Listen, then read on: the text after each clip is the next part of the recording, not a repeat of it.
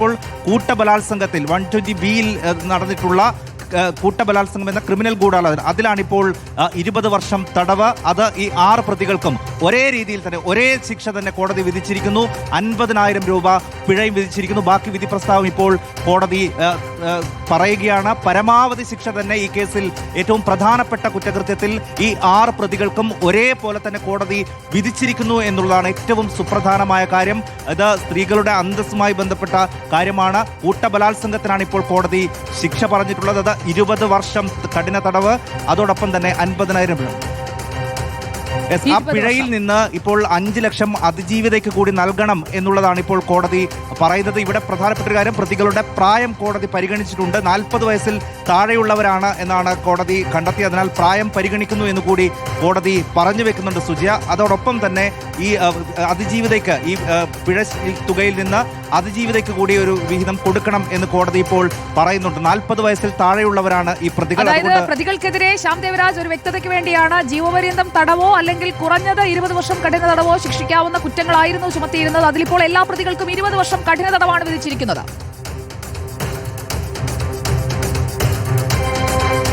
സുജി, അത് തന്നെയാണ്. എല്ലാ പ്രതികൾക്കും ഈ ക്രിമിനൽ ഗൂഢാലോചനയിൽ എല്ലാ പ്രതികൾക്കും സമാനമായിട്ടുള്ള ശിക്ഷ.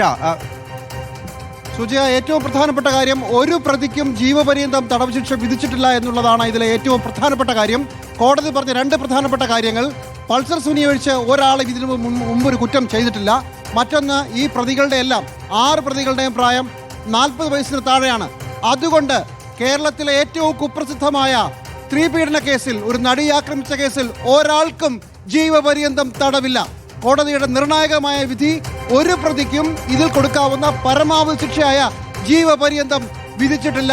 എല്ലാവർക്കും അതിലും എല്ലാവരും 40 വയസ്സിന് താഴെ പ്രായമുള്ളവരാണ്. അത് പരിഗണിച്ചിരിക്കുന്നു. ജീവപര്യന്തം കൊടുക്കുന്നില്ല.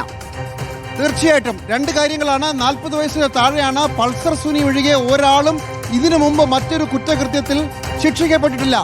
അതുകൊണ്ട് ഗാങ് റേപ്പിന് കൊടുക്കാവുന്ന ഏറ്റവും പരമാവധി ശിക്ഷ ജീവപര്യന്തമാണ്.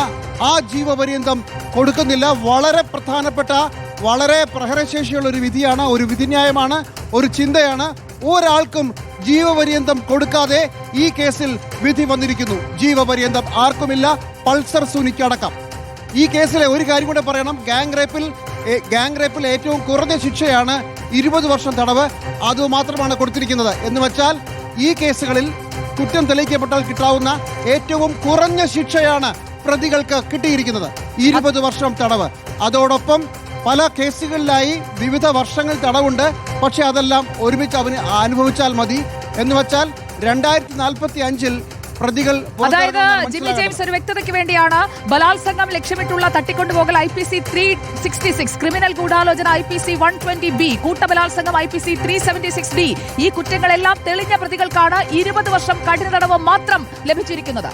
സുജയ, കൂട്ടബലാത്സംഗത്തിന് മാത്രമാണ് 20 വർഷം. മറ്റു വിവിധ വകുപ്പുകളിൽ ചെറിയ ചെറിയ ശിക്ഷകൾ 5 വർഷം, 10 വർഷം, 1 വർഷം അങ്ങനെ ശിക്ഷകളുണ്ട്. പക്ഷേ ഇതെല്ലാം ഒരുമിച്ച് അനുഭവിച്ചാൽ മതി. എന്ന് വെച്ചാൽ ഏറ്റവും കൂടിയ ശിക്ഷയായിരിക്കും അനുഭവിക്കേണ്ടി വരിക.